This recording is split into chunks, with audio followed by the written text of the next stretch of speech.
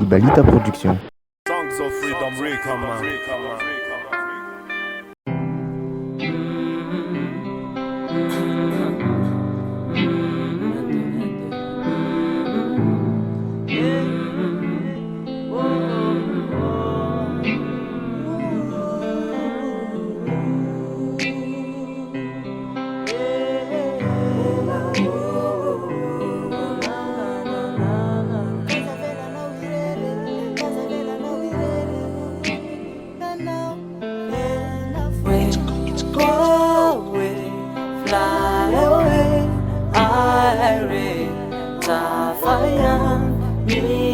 Now, Kaleka, Milana.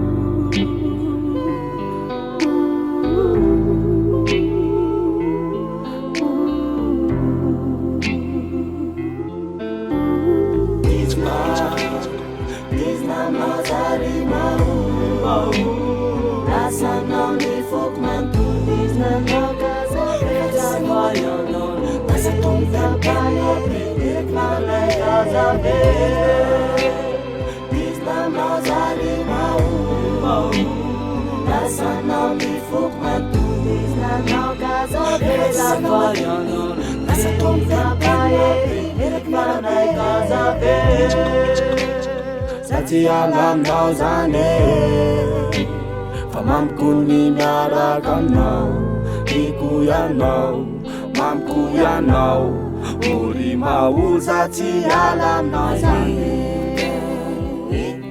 Nesinyana zona tunga letik Tiki nanzare ne tera kapisi Pisi nanravare watami chikya kawentwi Ratuana walukate na vits Pesantis Manita oka izani are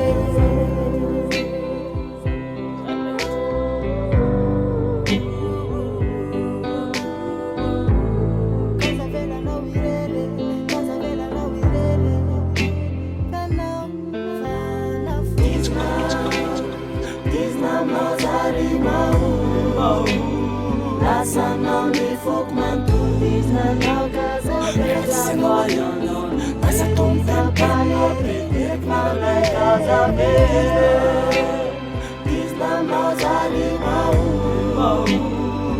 Sana mi fok man tulis na nagaza Goyonon Nasa tumta payo Pitik malay kazabe